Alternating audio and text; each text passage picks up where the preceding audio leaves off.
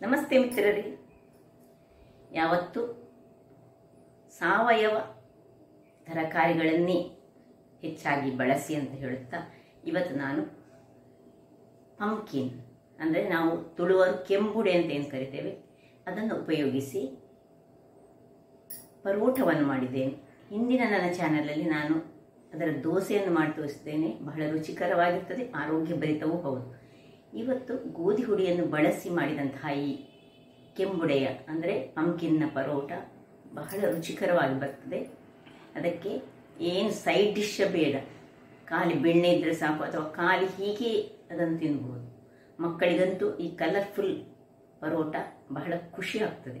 ಹಾಗಿರುವಾಗ ಇದನ್ನು ಹೇಗೆ ಮಾಡುವುದೆಂದು ನೋಡುವ ಮೊದಲು ಯಾರೆಲ್ಲ ನನ್ನ ಚಾನಲನ್ನು ನೋಡ್ತಿದ್ದೀರಿ, ಯಾರೆಲ್ಲ ಇನ್ನೂ ಸಬ್ಸ್ಕ್ರೈಬ್ ಮಾಡಿಲ್ಲ, ದಯವಿಟ್ಟು ಸಬ್ಸ್ಕ್ರೈಬ್ ಮಾಡಿ ಸಪೋರ್ಟ್ ಮಾಡಿ ಅಂತ ಹೇಳುತ್ತಾ ಬನ್ನಿ ಈ ರುಚಿಕರವಾದ ಪಂಪ್ಕಿನ್ನ ಪರೋಟ ಹೇಗೆ ಮಾಡುವುದೆಂದು ನೋಡೋಣ. ಮಿತ್ರರೇ, ಇವತ್ತು ಈ ಪಂಪ್ಕಿನ್ ಅನ್ನು ಬಳಸಿ, ಕದ್ದು ಎಂದು ಹೇಳ್ತೇವೆ ನಾವು ಹಿಂದಿಯಲ್ಲಿ, ಇದನ್ನು ಬಳಸಿ ನಾವು ಒಂದು ರುಚಿಕರವಾದ ಗೋಧಿ ಹಿಟ್ಟನ್ನು ಸೇರಿಸಿ ಪರೋಟ ಮಾಡೋಣ, ಅಥವಾ ಚಪಾತಿ ಅಂತ ಸಹ ಹೇಳ್ಬೋದು. ಬಹಳ ಬೇಗ ಆಗುವಂಥದ್ದು. ಒಂದು ಹೇಳಿದರೆ ಇದನ್ನು ಮೊದಲು ಬೇಯಿಸಿಕೊಳ್ಬೇಕು. ಅದು ಸಹ ಹೀಗೆ ನೋಡಿ, ನಾನೊಂದು ಗ್ಯಾಸ್ನಲ್ಲಿ ಇಟ್ಟುಕೊಂಡು ಸ್ಟೀಮರ್ನಲ್ಲಿ ಹೀಗೆ ಸ್ಟೀಮ್ ಮಾಡಿಕೊಳ್ತೇನೆ. ಸ್ಟೀಮ್ ಮಾಡಲಿಕ್ಕೆ ಇಡುವ. ಇನ್ನು ಇಲ್ಲಿ ಇದಕ್ಕೆ ಸ್ವಲ್ಪ ಕಸೂರಿ ಮೇಥಿ, ಒಂದು ಅರ್ಧ ಚಮಚದಷ್ಟು, 1 ಚಮಚದಷ್ಟು ಜೀರಿಗೆ, ಮತ್ತು ನಾವೀಗ ಅದನ್ನು ಬೇಯಿಸಿದನ್ನು ಪ್ಯೂರಿ ಮಾಡಲಿಕ್ಕೆ ಉಂಟು. ಆಗ ಎಷ್ಟು ನಮಗೆ ನಾವು ತೆಗೆದುಕೊಂಡು, ನಾನು ಇವತ್ತು 1/4 kg ಪಂಪ್ಕಿನ್ ತೆಗೆದುಕೊಂಡಿದ್ದೇನೆ. ಪಂಪ್ಕಿನ್ನಿಗೆ ಎಷ್ಟು ಬೇಕಾಗ್ತದೆ ಅದನ್ನು ನೋಡಿಕೊಂಡು ನಾವು ಗೋಧಿ ಹಿಟ್ಟನ್ನು ಮಾಡಬೇಕು. ನಾನೀಗ 1 ಬೌಲ್ನಷ್ಟು ಗೋಧಿ ಹಿಟ್ಟನ್ನು ತೆಗೆದುಕೊಂಡಿದ್ದೇನೆ, ಮತ್ತು ಸ್ವಲ್ಪ ತುಪ್ಪ. ಹಾಗಾದರೆ ಮೊದಲಿಗೆ ಇದು ಬೆಂದುಕೊಳ್ಳಿ, ಆಮೇಲೆ ನಮ್ಮ ಕೆಲಸ. ವೀಕ್ಷಕರೇ ನೋಡಿ, ಎಲ್ಲ ಬೆಂದಿದೆ ಇದೀಗ. ನೋಡಿ, ಹೀಗೆ ಮಾಡುವಾಗ ಹೀಗೆ ಎಲ್ಲ ಒಳಗೆ ಹೋದರೆ ಆಯಿತು, ಬೆಂದಾಯಿತು. ಇದನ್ನು ಆಫ್ ಮಾಡಿ ಈಗ ತಣ್ಣಗಾಗಲಿಕ್ಕೆ ನಾವು ಬಿಟ್ಕೊಳ್ಳೋಣ. ಇದು ತೆಗೆದು ಹೊರಗಿಟ್ಕೊಳ್ತೇನೆ ನಾನು. ಇದನ್ನೆಲ್ಲವನ್ನು ಸಹ ಒಂದು ತಟ್ಟೆಗೆ ಹಾಕಿ ಹೀಗೆ ಇದನ್ನು ತಣ್ಣಗಾಗಲಿ, ಆಮೇಲೆ ಏನು ಮಾಡೋದಂತ ಹೇಳುವ. ವೀಕ್ಷಕರೇ, ಇದೀಗ ಒಳ್ಳೆ ತಣ್ಣಗಾಗಿದೆ. ಈಗ ಇದನ್ನು ನೀವು ಪೊಟೆಟೊ ಮ್ಯಾಶರಲ್ಲಿ ಮ್ಯಾಶ್ ಮಾಡ್ಕೊಂಡು ಸಹ ಮಾಡ್ಬೋದು, ಅಥವಾ ಮಿಕ್ಸಿಗೆ ಹಾಕ್ಕೊಂಡು ಇದನ್ನು ಸ್ವಲ್ಪ ಗ್ರೈಂಡ್ ಮಾಡಿಕೊಳ್ಳುವ. ತುಂಬ ಏನು ನೀರು ಹಾಕಲಿಕ್ಕಿಲ್ಲ, ಸ್ವಲ್ಪ ನಾನು ಗ್ರೈಂಡ್ ಮಾಡುವಾಗ ಚೂರು ಉಪ್ಪನ್ನು ಹಾಕ್ಕೊಳ್ತಿದ್ದೇನೆ. ಮತ್ತು ನಾನು ಈ ಚಪಾತಿಗೆ ಉಪ್ಪನ್ನು ಹಾಕ್ಕೊಳ್ಳೋದಿಲ್ಲ, ಅದಕ್ಕಾಗಿ ಈಗಲೇ ಉಪ್ಪನ್ನು ಹಾಕ್ಕೊಳ್ತಿದ್ದೇನೆ. ನೀವು ಬೇಕಾದರೆ ಈಗ ಉಪ್ಪು ಹಾಕದೆ ಚಪಾತಿಗೆ ಉಪ್ಪನ್ನು ಹಾಕ್ಕೊಳ್ಬೋದು. ನೋಡಿ, ಈ ರೀತಿಯಾಗಿ ಇದರದ್ದು ಪ್ಯೂರಿಯಾಗಿ ಬಂದಿದೆ. ಈಗ ಇದನ್ನೊಂದು ಪಾತ್ರೆಗೆ ಶಿಫ್ಟ್ ಮಾಡುವ. ಯಾವ ಪಾತ್ರೆಯಲ್ಲಿ ನೀವು ಈ ಚಪಾತಿಯನ್ನು ಹಿಟ್ಟನ್ನು ಸಿದ್ಧ ಮಾಡ್ತೀರಿ ಅದರಲ್ಲೇ ಇದಕ್ಕೆ ಸ್ವಲ್ಪ ಬೇಕಿದ್ರೆ ನೀರನ್ನು ಹಾಕ್ಕೊಳ್ಬೋದು. ಚೂರು ನೀರನ್ನು ಹಾಕ್ಕೊಂಡು ತಿಕ್ಕೊಳ್ತೇನೆ ನಾನು. ಮತ್ತೆ ಬೇಕಿದ್ರೆ ಹಾಕೊಳ್ಳೋಣ.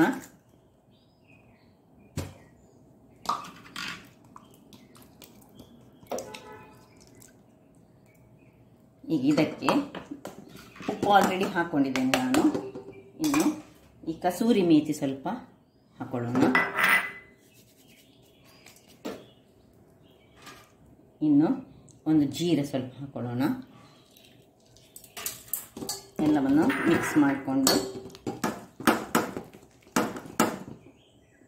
ಈಗ ಈ ಚಪಾತಿ ಹಿಟ್ಟನ್ನು ಇದಕ್ಕೆ ಸೇರಿಸ್ಕೊಳ್ತಿದ್ದೇನೆ. ಸ್ವಲ್ಪ ಸ್ವಲ್ಪವೇ ಸೇರಿಸ್ಕೊಂಡು ಎಷ್ಟು ಬೇಕು ಹೇಳಿ ನಾನು ಹಿಟ್ಟನ್ನೀಗ ರೆಡಿ ಮಾಡಿಕೊಳ್ತೇನೆ. ನಡುವಲ್ಲಿ ಸ್ವಲ್ಪ ತುಪ್ಪವನ್ನು ಸಹ ಇದಕ್ಕೆ ಸೇರಿಸ್ಕೊಳ್ಳೋಣ. 1 ಚಮಚದಷ್ಟು ತುಪ್ಪವನ್ನು ಸಹ ನಾನು ಇದಕ್ಕೆ ಹಾಕೊಳ್ತಿದ್ದೇನೆ.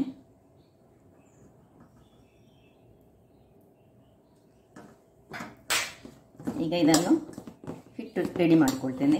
ತುಂಬ ಗಟ್ಟಿ ಸಹ ಆಗಬಾರ್ದು, ತುಂಬ ಮೆದು ಸಹ ಆಗಬಾರ್ದು. ಹದಾದ ಹಿಟ್ಟನ್ನು ನಾವು ಇದನ್ನು ರೆಡಿ ಮಾಡಿಕೊಳ್ಳೋಣ. ಇಲ್ಲಿ ನೋಡಿ, ಈ ಹದದಲ್ಲಿ ಬರಬೇಕು. ತುಂಬ ಗಟ್ಟಿ ಆಗಬಾರ್ದು, ತುಂಬ ಮೆದು ಸಹ ಆಗಬಾರ್ದು.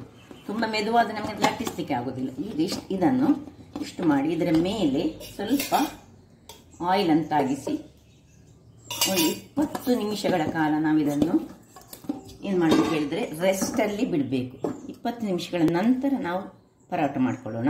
20 ನಿಮಿಷಗಳ ರೆಸ್ಟಿನ ಬಳಿಕ ನೋಡಿ ಹೀಗೆ ಆಗಿದೆ ನೋಡಿ. ಹೀಗೆ ಮೆದುವಾಗಿರಬೇಕು ಹಿಟ್ಟು, ತುಂಬ ಹೀಗೆ ಮೆದುವಾಗಿದ್ದರೆ ಅದು ಒಳ್ಳೆಯದಾಗಿ ಬರ್ತದೆ. ಈಗ ನಾನು 1/4 ಕಿಲೋ ಪಂಪ್ಕಿನ್ ತೆಗೆದುಕೊಂಡದ್ದು, ಅಂದರೆ ಕೆಂಬುಡೆ, ನಾವು ಏನು ತುಳುವರು ನಾವು ಅದನ್ನು ಕೆಂಬುಡೆ ಅಂತ ಹೇಳೋದು. ಇದರಲ್ಲಿ ಒಟ್ಟು ಒಂದು 5-6 ಉಂಡೆಗಳಾಗ್ತದೆ, ಅಂದರೆ ಒಂದು 6 ಚಪಾತಿ ಆಗ್ತದೆ ಇದರಲ್ಲಿ. ಈಗ ನಾನು ಮೊದಲಿಗೆ ನೋಡಿ ಹೀಗೆ ರೌಂಡಲ್ಲಿ ಮಾಡಿಕೊಂಡು ಒಂದೊಂದಾಗಿ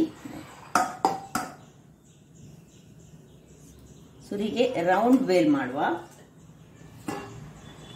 ಲಟಿಸುವುದು ಸುರಿಗೆ ರೌಂಡಲ್ಲಿ ಮಾಡಿ ಸ್ವಲ್ಪ ಹಿಟ್ಟನ್ನು ಹಾಕೊಂಡು ನೋಡಿ, ತುಂಬ ಸಹ ಹಿಟ್ಟು ಹಾಕೋದು ಬೇಡ.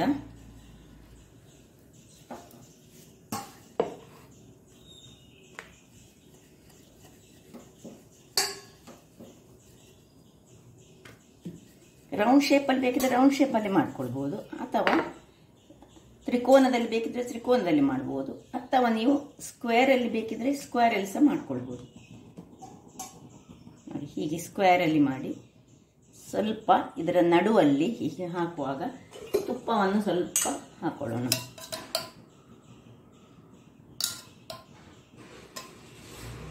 ಹಾಕೊಂಡು ಪುನಃ ಈ ರೀತಿಯಲ್ಲಿ ಟರ್ನ್ ಮಾಡಿಕೊಂಡು ಇದನ್ನು ಹೀಗೆ ಮಾಡಿ ಇದರ ಮೇಲೆ ಸ್ವಲ್ಪ ತುಪ್ಪ ಹಾಕೊಂಡು ಇಷ್ಟು ಮಾಡುವಾಗ ಇಲ್ಲಿ ನಾನು ನೋಡಿ ಇದನ್ನು ಇಟ್ಕೊಳ್ತಾ ಇದ್ದೇನೆ. ಇಲ್ಲಿ ಒಂದೊಂದಾಗಿ ಕಾಯಿಸಲಿಕ್ಕೆ ರೆಡಿ ಮಾಡಲಿಕ್ಕೆ ಸಹ ಇಟ್ಕೊಳ್ತೇನೆ. ಇಲ್ಲಿ ನಾನು ಚೆನ್ನಾಗಿ ಸ್ಕ್ವೇರ್ ಬೇಕಿದೆ ಸ್ಕ್ವೇರ್, ಅಥವಾ ನಿಮಗೆ ಈ ತ್ರಿಕೋನ ಶೇಪ್ ಬೇಕಿದ್ರೆ ತ್ರಿಕೋನ ಶೇಪಲ್ಲಿ ನಾವು ಮಾಡ್ಕೊಳ್ಳೋಣ. ನೋಡಿ ಈ ರೀತಿ ಸ್ವಲ್ಪ ಸ್ವಲ್ಪ, ತುಂಬ ಡಸ್ಟ್ ಮಾಡ್ಕೊಳ್ಬಾರ್ದು ಯಾವುದನ್ನು, ಗೋಧಿ ಹುಡಿಯನ್ನು, ಅದು ಅಷ್ಟು ಒಳ್ಳೇದಾಗೋದಿಲ್ಲ. ಹಾಗೆ ಸ್ವಲ್ಪ ಸ್ವಲ್ಪವೇ ಡಸ್ಟ್ ಮಾಡಿಕೊಂಡು, ಬೇಕಿದ್ರೆ ನೀವು ಇದನ್ನು ರೌಂಡ್ ಶೇಪ್ನಲ್ಲಿ ಮಾಡೋದಾದರೆ ಈ ಪ್ಲೇಟ್ ಇಟ್ಟು ರೌಂಡ್ ಮಾಡಿ ಸಹ ಮಾಡ್ಬೋದು. ಸ್ಕ್ವೇರ್ ಬೇಕಿದ್ರೆ ಸ್ಕ್ವೇರ್, ಹೇಗೆ ಸಹ ಮಾಡಿದರೆ ಆಗ್ತದೆ.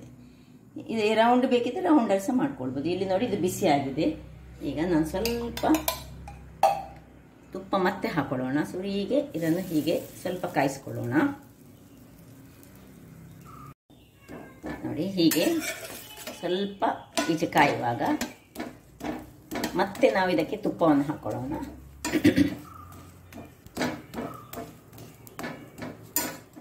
ಸ್ವಲ್ಪ ಉಬ್ಬಿ ಬರ್ತದೆ ನೋಡಿ ಒಳಗಿನಿಂದ. ಇನ್ನು ಮೇಲಕ್ಕೆ ಸ್ವಲ್ಪ ತುಪ್ಪವನ್ನು ಹಾಕೊಂಡು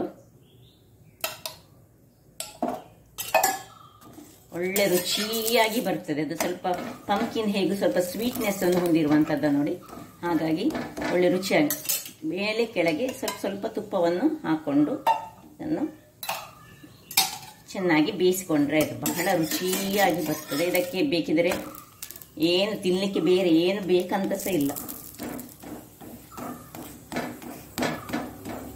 ಚಟ್ನಿ ಬೇಡ ಅಥವಾ ಆಲೂಗಡ್ಡೆಯ ಪಲ್ಯ ಬೇಡ, ಏನು ಬೇಡ, ಆಲ್ರೆಡಿ ಇದರಲ್ಲಿ ಇರುವಂತಹದ್ದು.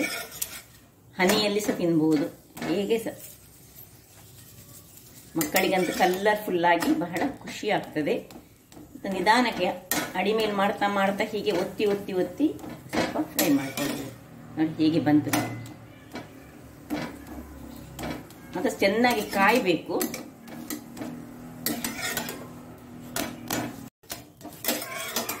ನೋಡಿ ಹೇಗೆ ಬಂತು ನೋಡಿ. ಅದೇ ರೀತಿ ಇನ್ನು ಬೇರೆದನ್ನು ಸಹ ಹಾಗೆ ಮಾಡ್ಕೊಳ್ಳೋಣ. ನೋಡಿ ನೋಡಿದ್ರಲ್ಲ ವೀಕ್ಷಕರೇ, ಒಂದು ಸುಲಭ. ಇನ್ನೊಂದನ್ನು ನಾನು ಮಾಡ್ಲಿಕ್ಕೆ ಹೋಗೋದಿಲ್ಲ, ಯಾಕಂದ್ರೆ ವಿಡಿಯೋ ಉದ್ದಾಗ್ತದೆ ಅಂತ ಹೇಳಿ ತುಂಬ ಮಂದಿ ನನ್ನ ವ್ಯೂವರ್ಸ್ ಹೇಳ್ತಾರೆ. ಆದರೆ ನನಗೆ ಒಂದನ್ನೇ ನಾನೀಗ ಮಾಡಿ ನೋಡಿ ಎಷ್ಟು ಹೇಗೆ ಬಂದಿದೆ ನೋಡಿ. ಪದರ ಪದರ ಸಹ ಉಂಟು ಒಳಗಿನಿಂದ ಹೀಗೆ ತೆಗೆಯುವಾಗ. ಹಾಗಾದರೆ ನೋಡಿದ್ರಲ್ಲಿ ವೀಕ್ಷಕರೇ, ಇದನ್ನು ಬೆಣ್ಣೆ ಇಟ್ಟು ಸಹ ತಿನ್ಬಹುದು. ಬೆಣ್ಣೆ ಹಾಕಿ ತಿಂದರೆ ಸೂಪರ್ ಆಗಿ ಬರ್ತದೆ. ಹಾಗಾದರೆ ನನ್ನ ಈ ಕುಕಿಂಗ್ ಚಾನಲ್ ನಿಮಗೆ ಇಷ್ಟ ಆದರೆ ಬೋಳೂರು ಸುವರ್ಣ ಚಾನಲನ್ನು ಲೈಕ್ ಮಾಡಿ, ಶೇರ್ ಮಾಡಿ ಹಾಗೂ ಸಬ್ಸ್ಕ್ರೈಬ್ ಮಾಡಿ, ಹಾಗೂ ನನ್ನ ಇನ್ಸ್ಟಾಗ್ರಾಮ್ ಪೇಜನ್ನು ಫಾಲೋ ಮಾಡಿ. ಧನ್ಯವಾದಗಳು.